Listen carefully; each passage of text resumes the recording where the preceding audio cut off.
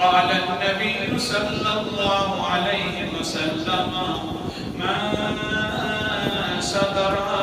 عورة أخيه المسلم ستر الله عورته يوم القيامة وفي رواية ستر الله يوم القيامة في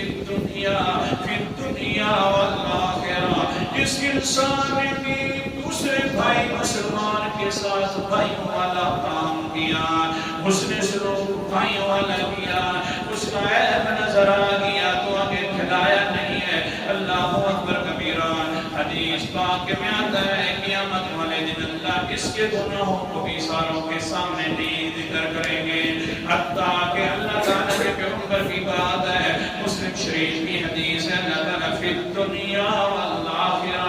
اگر یہ دوسرے بھائی مسلمان کی پردہ پوشی کرتا ہے تو اللہ تعالیٰ دنیا کے اندر بھی اس کے پردہ پوش ہو جاتے ہیں اور آخرت میں بھی پردہ پوش ہو جائیں گے. نعمت جسمانیہ کانوں کو صحیح استعمال کریں، کسی کی پردہ دری کے لیے استعمال نہ کریں، زبان کو صحیح استعمال کریں، کسی کی پردہ دری کے لیے استعمال نہ کریں، تو انشاءاللہ قیامت والے دن اللہ ہمارا خود پردہ پوش ہو جائے گا.